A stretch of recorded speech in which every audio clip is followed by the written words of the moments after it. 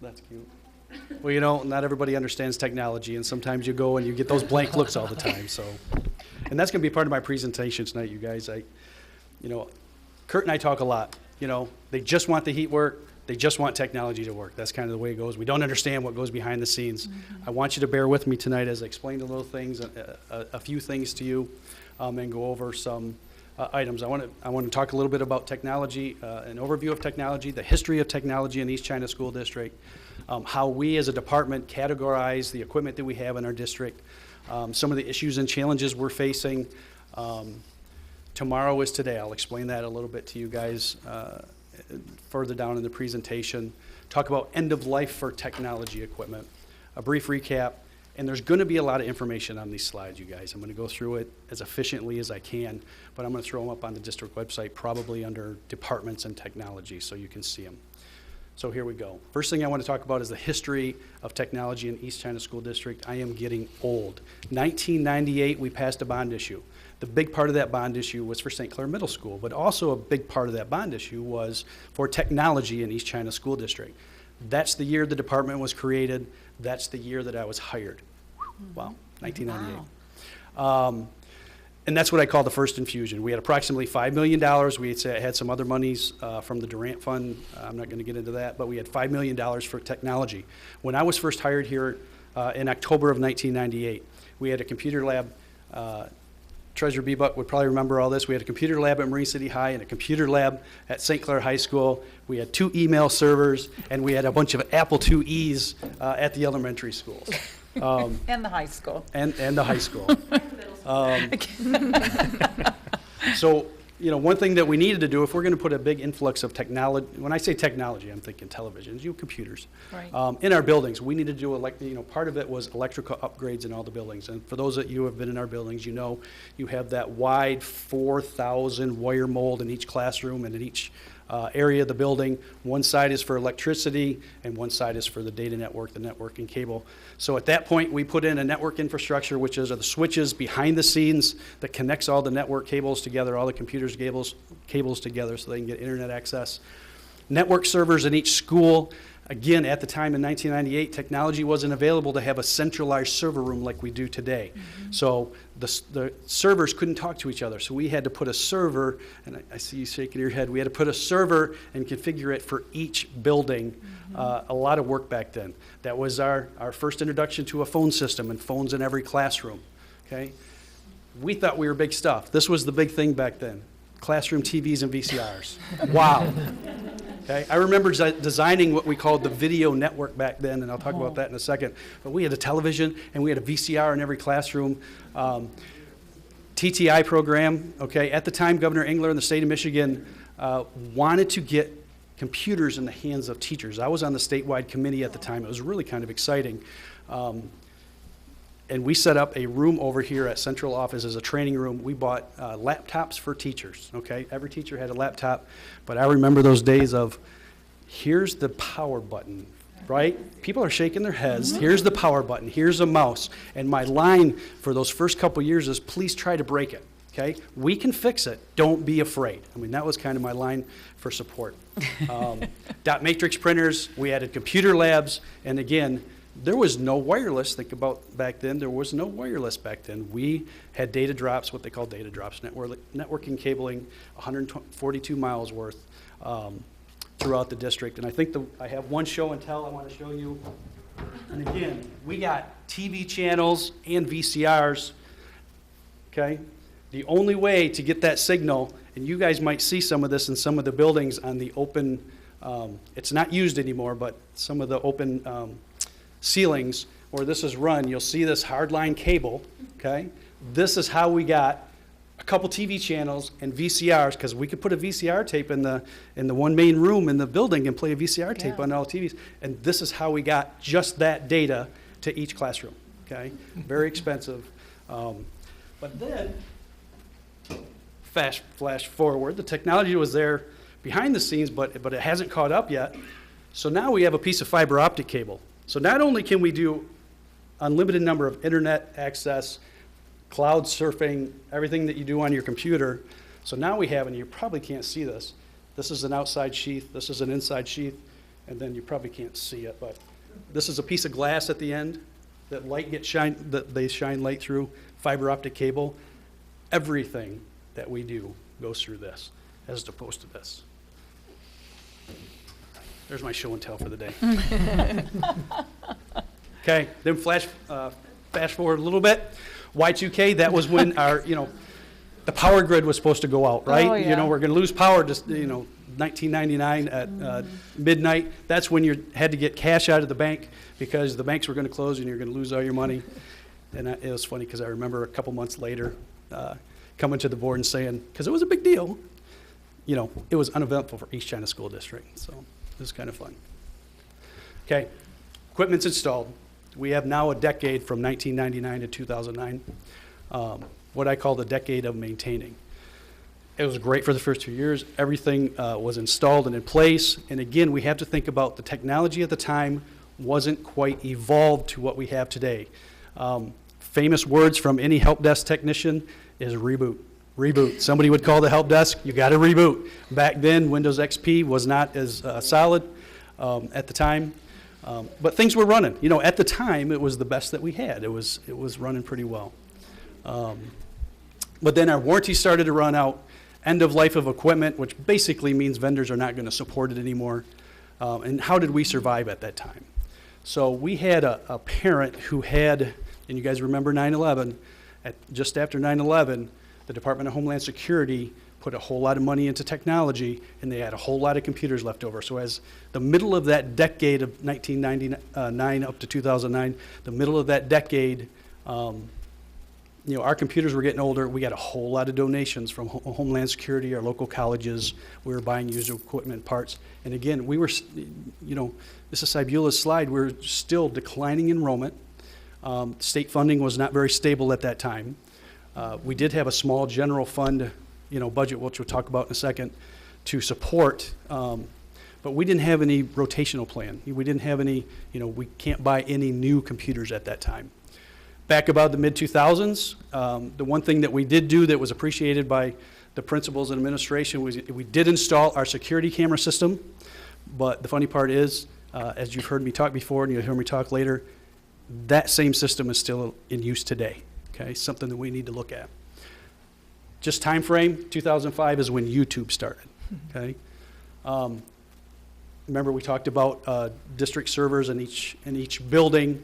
About 2005 is when we took the old boys shower room in this building, put about 4 inches of concrete in it to level out the floor, and we brought, because technology evolved over time, we brought all the servers back here and created a centralized server room, and that really helped us out a lot. Okay, went through that decade. Let's flash forward a little bit. Thank you to the board. Thank you for the East China Schools community. Our technology was tired, okay? The one thing that, and a lot of our staff members may remember this at the time, it was very inconsistent as far as what we call uptime for technology devices.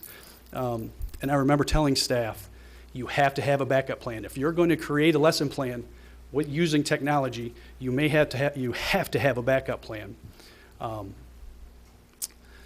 2009 came, our second infusion of technology. Part of the bond of 2009 was about $4 million allocated for us. Best part about that was out with the old, in with the new. We did not keep anything because it was so old. It was so, trying to support it was impossible. So we got new infrastructure. That's behind the scenes, switches, UPSs. We got a brand new phone system. The phone system was on its last legs. And boom, technology evolved. We were innovative in 2009. We got wireless in all of our buildings, and I thought we did it right. I really do. I thought we did it right. Last thing, we were able to, what we call virtualize some of our devices. So we put some new storage area network in. Now, and this is exactly what you see today going on in our classrooms. We outfitted every classroom with a projector, with an interactive smartboard, with a classroom sound system, and with a document camera, basically giving you the ability to take a piece of paper or really anything, put it under a document camera, and show it on the interactive smartboard.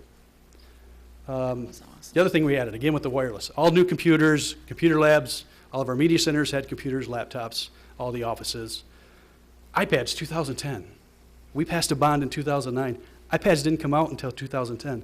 First iPhone was about 2007, but iPads that became a game changer over a few years, we were kind of leery. I remember when they first came out and we had the bond money for it, and it's like, ooh, what are these iPads? And those became a game changer over time. MediaCast video distribution. That was one of the other things behind the scenes that was great. No more VCR tapes. Oh darn, no more VCR tapes. What we were able to do is we collected every single VCR tape in the school district. We spent an entire summer. We had some help with some ladies in the transportation department. We took every VCR that we had, VCR tape that we had, and we digitized it, and we put it online. And that's because we could, because the advancement in technology, the involvement with wireless, and how fast the speed is behind the scenes. So now if they want a video, they just can go online to a website and play a classroom video. Okay. That was our second date of, again, 2009 to current. So now we're in our second decade, and we're following the same pattern again.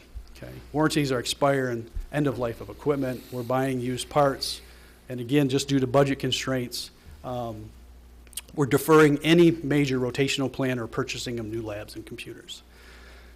Quickly, infrastructure, safety, and security. These are how we kind of classify the devices or the computer components we have in the district. Infrastructure, most important. That's what we call the behind-the-scenes equipment. That is our network switches, stuff that connects basically all the buildings together. I also consider our phone system part of infrastructure. Believe it or not, people just want, you pick up your phone and make it work.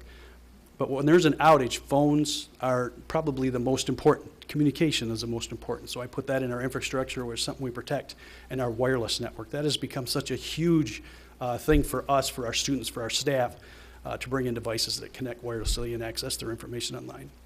Classroom smart suites we talked about and what's included in that.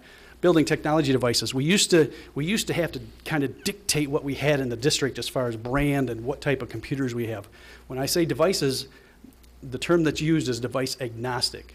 Okay? That means it can be an Android device. It can be an iOS, an iPad, or an iPhone. It doesn't matter what device it is. You just want something that you can do, you can do your job with, or you can do your learning with. Offices and equipment and everything else. Everything else is email firewalls. Again, boring you to death. This is everything. I'm not going to go through the list. This will be on the website. Okay? Tomorrow is today. What does that mean? Tomorrow is today. Okay? I was privileged enough, just like I am tonight, you guys, to talk to you back in 2014, 2015, and I kind of presented a state of the district update as well back then. And I said, in a few years, okay, warranties are going to run out. In a few years, we're going to be in the same situation. Amazing how time flies. Amazing, we all know that. But tomorrow that I talked about back in 2014, 15 is today, okay? The majority of our current computers were purchased in the 2009 bond funds, with the 2009 bond funds, but there's no warranties. They all expired by 2014, 15. Our smart boards are still in operation, and they're working great. They're used every day, but the warranty on those expired in 2017. Our classroom sound systems, which to me, surprisingly enough, is really a key component in our classrooms, along with the rest of the equipment, but sound systems have become a vital part of our classrooms. But those are no longer supported and we're out of warranty. Tomorrow is today. At the end of the school year, classroom teacher computers will be 8 years old and really at the end of their usable life. What does that mean, usable life? Over the first 6 years, every year we would update all of our district computers with, the latest and greatest updates of Microsoft Office, Microsoft software, but you get to the point where it slows the computer down. We've added memory to them. About 2 years ago, we had to stop doing that. And all we're doing is the bare minimum for browsers, just to make sure that all the underlying important software is working. We stopped updating them about 2 years ago. Just to make sure they would continue to operate at least an efficient level. And we threw this on there, June 2010, same year we bought our staff computers. That's when the iPhone 4 came out, okay? Still works, right? Think about an iPhone 4. Still works maybe? Maybe you can't get the latest and greatest software on it, but if you got a new iPhone X, would you want to go back to an iPhone 4? You have to start thinking about how quickly technology changes. The one thing we're finding now with some of our Project Lead the Way classes, really working hard trying to, get our existing computers up to snuff, so to speak, but they're really slow. They're not the right machine for the job, but we're working hard on getting those to work efficiently. We talked about security cameras system. The security camera system we installed in 2005 is still operating today. We are required by law to retain 30 days of video because we have the system. There's 5 servers. They're all 12 years old. To keep them running within the last couple of years, we've had some issues. Can't get parts from the vendor anymore, but we found some on eBay, which worked out really good. Through the years, we've added additional cameras, but we're at the point of we can't add any more cameras to our security camera network. And what we end up doing just to get them to, again, it's kind of like stopping the latest software update. We're putting our security cameras at a lower setting just to keep them all working and contain the video. Building clocks and PA systems, another thing that we're responsible for. A lot of our buildings, everybody's, I can hear that in the audience. They're at least 20, some of them are 25, 30 years old, having a hard time keeping those going. Things that are really hurt technology are the power outages that just this weekend we had a power outage at the Marine City complex. And the first thing you do is get a call this morning. Well, the PA and clock systems at Marine City doesn't work, so you got to go work on that. But power outages are really killer for technology items.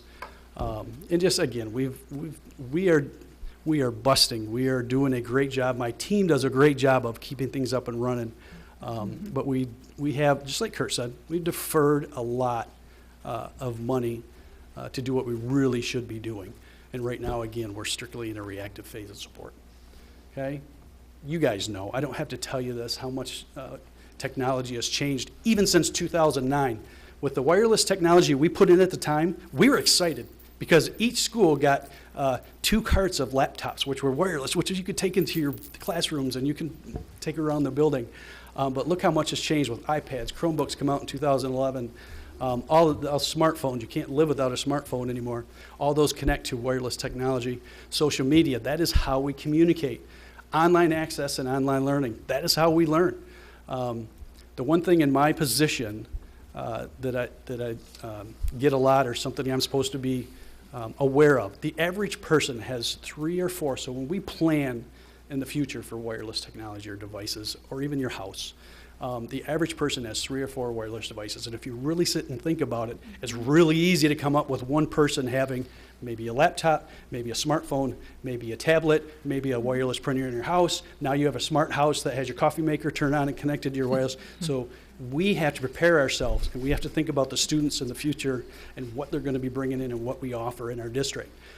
2009, the wireless was great. Now we're starting to put some stress on our wireless network. Now I can't tell a teacher, if you do a technology lesson, you have to have a backup. Okay, access to our systems, access to the internet, access to online lesson and learning is a 24/7 job for us. So what have we done? And again, we talked about it. We've done everything we can to make sure that our curriculum and operations will work. Our main goal during the time when we defer some of this, defer some new equipment, is to protect the infrastructure. That's where we're at. And again, that's phone system, wireless, network switches. We do have a budget, okay, through the general fund that helps us to support what we have. Very basic repairs, motherboards, hard drives, monitors, projectors, projector bulbs, things of that nature. It doesn't do a replacement of a computer lab, but it does handle some basic repairs of our technology. We can't use, our sinking fund, when we voted it in, didn't have the provision to use it for technology. Right. The only thing that we could use sinking fund for is if we had to run some new network cable. That's the only thing. So we can't use sinking fund to purchase technology equipment. Okay, but our buildings are awesome. Our new grant person, Nina, is awesome. So grants, donations, PTOs, fundraisers, we've still been able to add new technology in our district. Not through the general fund, but through all these avenues. Chromebooks, 3D printers, iPads, laptops, etc. Game changer, okay? You saw in a previous slide, Google Chromebooks came out in 2011. G Suite, which is really the Google apps, Google Docs, Google Spreadsheets, Google Presentations. In 2011, up until now, I ordered a Chromebook every year. Okay, have they gotten any better? When they first came out, to be quite honest with you, I didn't think they were going to last. They weren't that good. They weren't durable, constantly crashing. Software wasn't evolved. About 2 years ago, a lot of school districts started buying Chromebooks. State of Michigan got involved, did a spot bid, a great bid for Chromebooks. I ordered one. A vendor came out with a Chromebook that was durable, that worked fantastic, and I was excited. I think, again, back to the grants, we had a teacher who had a grant. I said, let's try a cart of Chromebooks. And it took off from there. In 2 years, we've added, through grants, over 600 Chromebooks throughout the entire district, which is great. It's devices in students' hands, which is a great thing. But added stress, a lot of stress to our wireless infrastructure. It was not built for today's technology. So we got to really be careful at that, okay? Real quick, we're almost done. End of life, things that I need to know about, but I want to share with you a little bit. Vendors put out 2 bulletins. One is end of sale. We're going to stop selling this network equipment. We're going to stop selling this network switch. Then they send out another bulletin, end of life. We are not going to support your equipment anymore, okay? Things that, you know, when we get to the point of infrastructure and protecting what we have behind the scenes, when I see a bulletin that says we're not going to support it anymore, it makes me a little nervous. And we're getting to that point. Tomorrow is today.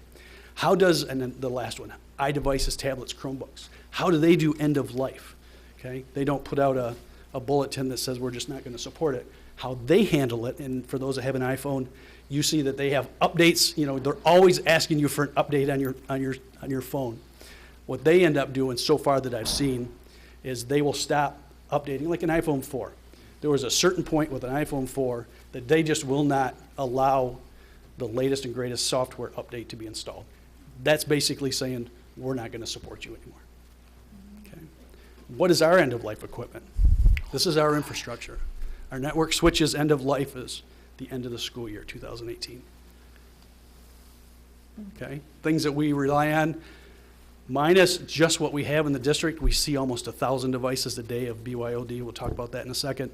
But our wireless, behind the scenes, our wireless main controller and access points are done by 2020.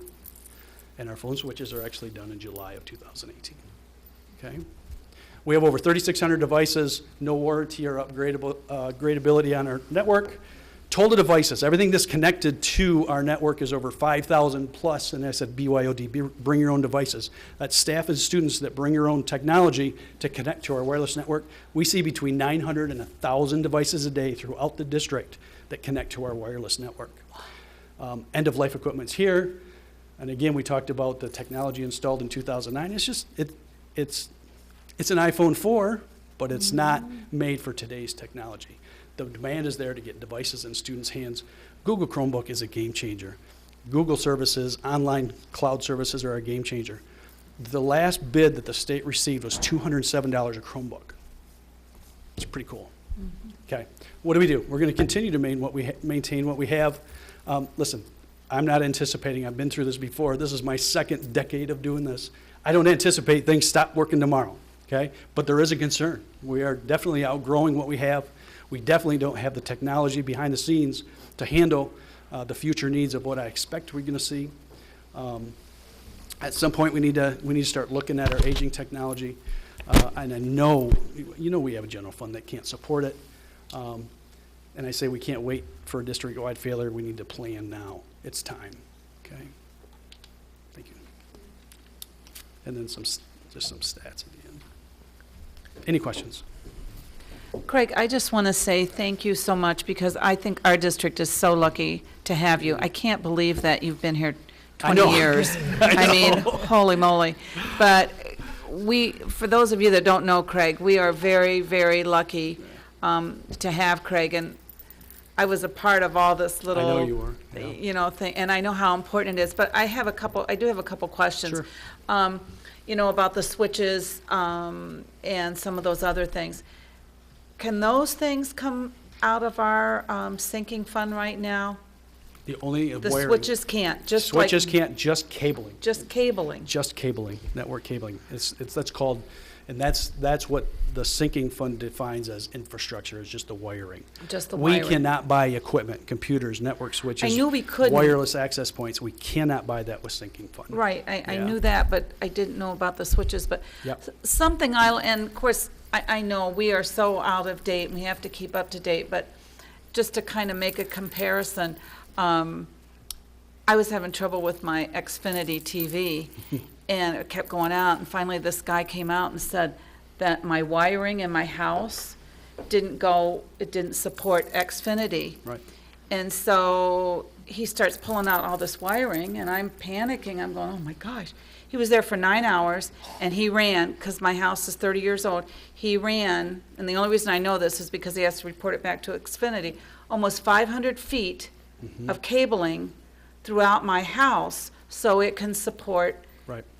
technology today. Yeah. And this is the same thing that, We had 142 miles of network cable that you had replaced, 750,000 feet installed throughout the district back in the 1998, 99. And honestly, the majority of that can't power our access points to the speed that they need to be. right. And it's just the nature of technology, how I much it's know. evolved and changed. Anyway, anything else? Very nice presentation, Craig. Thank you. I have questions, I'm sorry. Sure. I have tons of questions, Jeez. but I'm going to keep it limited tonight because I know, I Pat's talked gonna a long hit me if time. I talk too much. No, that's me. So when you talk about the network switches that are nearing end of life, how much does it cost to replace just one Just, so let's say $5,000 for one switch? for one switch. And we have 110. Yes.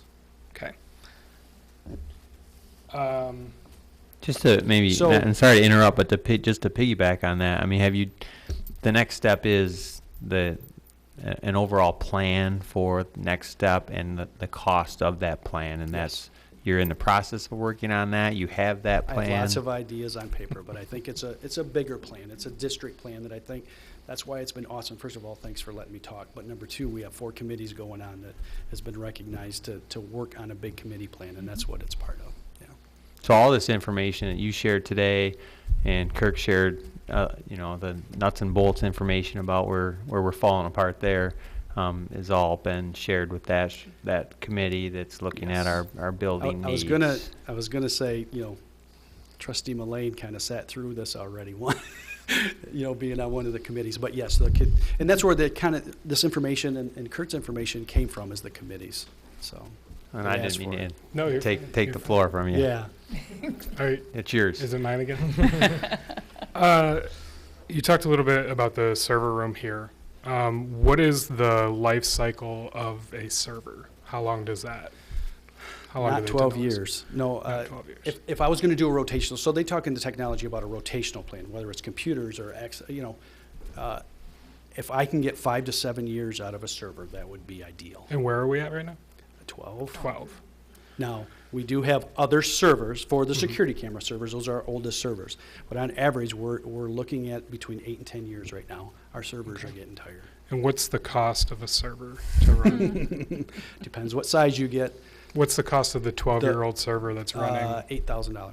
I mean, if we get a decent server, but you do things differently. When you have money, and we talk about virtualization, and I don't want to go over anybody's head here, but we bought a SAN server, which has a whole lot of hard drive space and some server space, which helped us consolidate at the time probably 25 physical servers, but that was $80,000. The board approved that was $80,000. And those are things you look at trying to save some dollars. You talked about the smart boards that are in all the classrooms now and that they're near the end of life. Yep. What's the next? Are we going to touch screens? Yeah, Is it I've like been a asked that TV? before. Yeah, things that are out there. The smart boards are great. We've invested a ton of time, effort, and energy in training. So we talk about device agnostic, not to get off path here. Device is great, but what makes the smart boards even greater is their software, smart notebook software. Okay, so what's next? The interactive smart board is fantastic. What is next down the line? Takes a projector and a bulb to, show the picture on the smart board. What's next? Something that would last a little bit longer. Interactive TVs with smart notebook software is the way to go. devices like Chromebooks in the hands of students is the way to go. The ability to give them to put them in a group with a bunch of Chromebooks, and then somebody can show their Chromebook screen up on an interactive TV that's supposed to last, with an LED TV, supposed to last 20 years, as opposed to a bulb that we have to change in every classroom every year, which costs us, $20,000 out of our budget to do bulbs. Again, at the time, it was great. It's evolved. That's my opinion at this point. And we saw a great presentation at one of our committees the other night with some of the new things they're doing in schools, but it's interactive televisions is really where we're headed. And then you talked about, and we've talked, when Kirk talked about it last board meeting, how we have frequent outages and the havoc that it wreaks on our technology. Is there anything that we could be doing now to mitigate that? Is there any, smaller expenses that we could bear now to mitigate the issues that we have with technology? So you when we have an outage? protect your equipment with what you saw, UPS's unlimited power supplies, backup power supplies. So the server room, which is, ultimately what we need to protect. So if we lost power here, okay, a couple things. We have UPS's on all the servers there that would handle a power spike, okay? Let's say we lost power though, totally, that room has to stay up. So in this building, last bond issue, we have a gas generator that we installed. That will keep this room going.